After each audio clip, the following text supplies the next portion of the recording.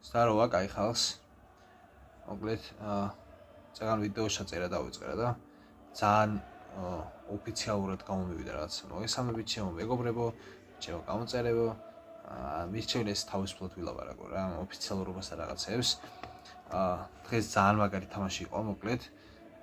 ნუ რა თქმა უნდა, ცუდად დავიწყეთ პირველი 15 წუთი ფაქტიურად გადაგვიარეს, მაგრამ მაინც დადებითად შევაფასებ, იმიტომ რომ მნიშვნელოვანი თამაში იყო, ბოლო დაახლოებით 3 თამაში წავაგეთ, 2 ნახევარფინალი წავაგეთ.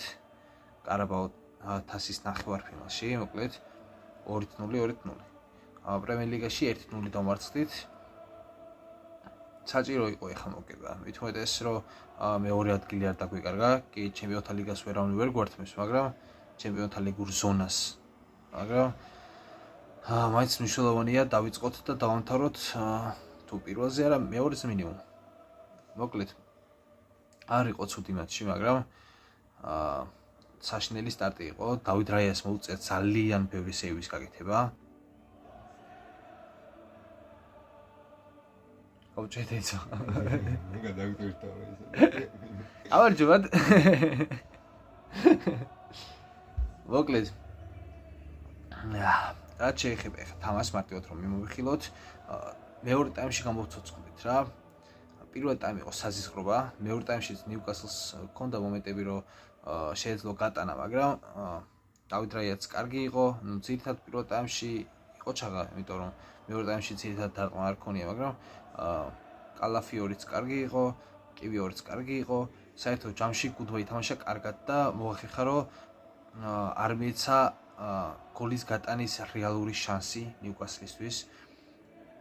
აღსანიშნავია ისიც რომ ისაკი არ ყავდა გუნდს ნიუკასლს ამ შემთხვევაში, იმიტომ რომ ისაკის ყიდვა არსენალს ძალიან უნდა, ნუ არსენალის გულშემატკივრებსაც ძალიან უნდა ისაკის ყიდვა, მაგრამ ალბათ უფრო გიოკერეში იქნება პირველი ვარიანტი, რადგან არ ვიცი რატო სიმართლე გითხრათ. ძვირი არ უნდა იყოს ისაკი იმის გათვალისწინებით თუ რა თქვა კრონკემ.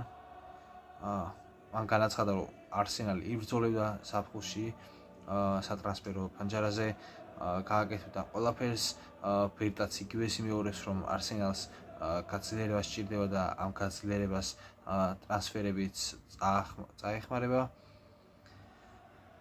მოკლედ თავარია ვინ მოვა, ვინ წავა. ჩემი აზრით მიკელ არტეტაზე მაინც იწერებოდა რაღაცები რომ აი გასაშვებია, ნუ ცირედად შედარებით, მაგრამ მაინც გასაშვები რო იყო წერდნენ, მაგრამ არ ქონდა მას ისეთი სეზონი რომ აი ხა არტეტა უნდა გაუშვათ ყველა მხარე რა. არტეტა რო გაუშვათ ვინ მოვიყვანოთ მაშინ. აი ვარიანტი არ არის. სხვა ვარიანტი არ არსებობს.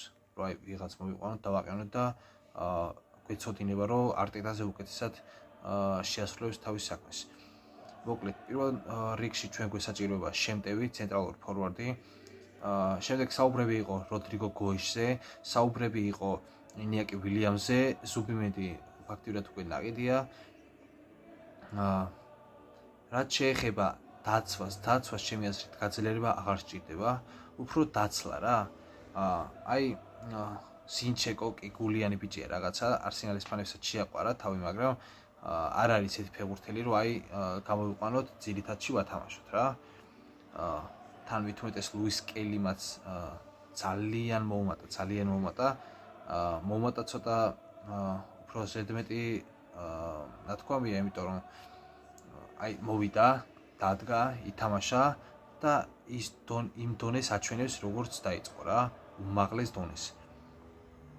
გაოცებული ვარ, მოკლედ ჩემზე პატარა ბიჭი და რავი ასარაგეთეს მოკლედ. ნახევარდაცვალში თამაშობს, გოლებსაც იტანს, ჰალანდი დააქვესკნელა. ჩემი აზრით ზინჩიკო წასასვლელია.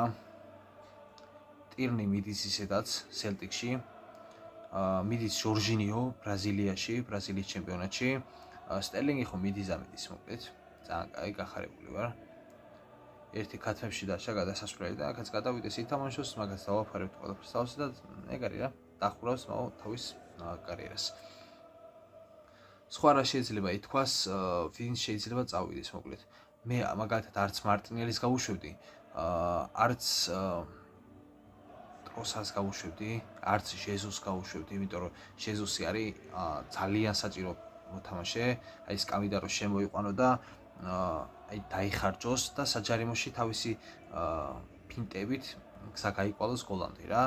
აი ესეთი ფეხბურთელია ჩემს და საჭიროა რა სკამზე რომ ყავდეს ეგეთ ფეხბურთელი. აი კაი ჰავერცი შეიძლება დავიტოვოთ, მაგრამ ოლობოლო რამხელა სკამი უნდა ყავდეს, ნუ აი შეიძლება რომ ოდეგორის მაგურად კაი ჰავერცგანი მოისაზრებენ და ნუანერის უფრო საკას მაგივრად, მაგრამ ნუანერის ოდეგორის პოზიციაა რეალურად.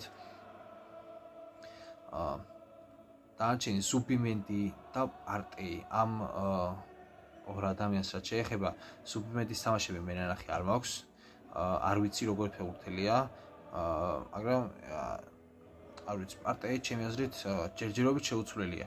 როგორ მოვა, როგორ მოერგება გუნდს, მაგას ექნება ძალიან დიდი მნიშვნელობა მოკლედ. ვნახოთ ყოველ შემთხვევაში რა მოხდება და როგორ და რანაირად. ჟორჟინიო ვიდის, გვეყოლება მერინო, დეკლან რაისი, ოდეგორი. რაც შეეხება მარჯვენა დაცვას და საერთოდ დაცვით ფუნქციების შემსრულებლად ფეხბურთელს უფრო გამოვარჩევდი ალბათ მარჯვენა ფლანგზე ტიმბერს, იმიტომ რომ დაცვით ფუნქციებში ის უფრო ძლიერია რა. ტიმბერს უფრო ურჩევნია რომ პოზიციურად კარგად ითამაშოს, ვიდრე აი კაცი გაიქცეს და იქ რაღაცა პატკატი გააკეთოს, წაართვას. აი ბენ უაიტი მაგალითად ეგეთი ფეხბურთელია, რომ მივა კაცს რაღაც მცირე სივრცეს დაუტოვებს, კაცი კაცდება და უფრო პოზიციურად შემდეგ უფრო ბოლოს უდგება რა, სადაც კუთხურის ხაზთან, ან საჯარიმოს მისადგომთან. ჩემი აზრით შეტევაში ბენ უაიტი უფრო ჯობს, მაგრამ თავარი დაცვითი ფუნქციებია ჩემი აზრით, მარჯვენა და მარცხენა მცველს პირველ რიგში დაცვა უნდა შეძლოს, მე ეგრე ვფიქრობ. და შემდეგ შეტევაში გადასვლა. ამ შემთხვევაში ლუის კელი ნახევარმცველია პოზიციით, მაგრამ დაცვაში საკმაოდ კარგად თამაშობს. პოზიციას სწორად არჩევს, თავზეც იბრძვის. რავი, ლუის კელი არის აღმოჩენა ნამდვილად. ნუანდერე წინა სეზონშიც ვიცოდით. დავიდ რაიას რაც შეეხება, დავიდ რაი არის სიგიჟე ფეხბურთელი რა. აი უაზროდ მაგარ სევებს აკეთებს. ამ სეზონში დაგვანახა დავიდ რაიამ რატომ უნდა წასულიყო არონ რამსდეილი გუნდიდან. ან რატომ უნდა გადამჯდარი იყო არონ რამსდეილის კანზე.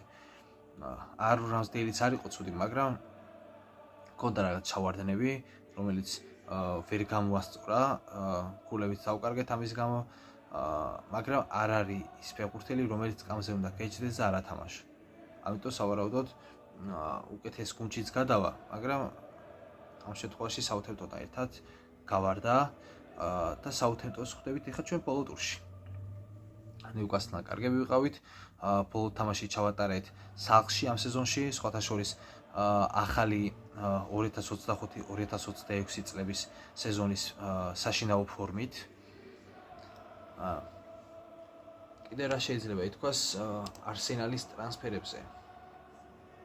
მე მაგალითად დიდი სიამოვნებით მოვიყვანდი ოსიმენს, ისაქსის ზემოთ დავაყენებდი სიაში, მაგრამ არ არის საუბრები ოსიმენზე.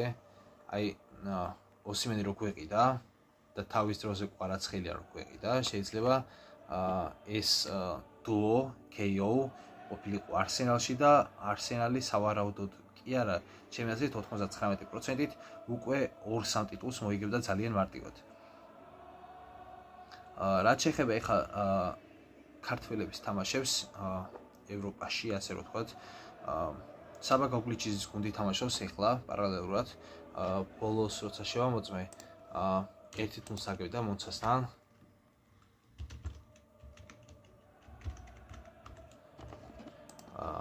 შეიძლება გაათანაბრა, მაგრამ არა მგონი. ვაუ. სიგიჟით.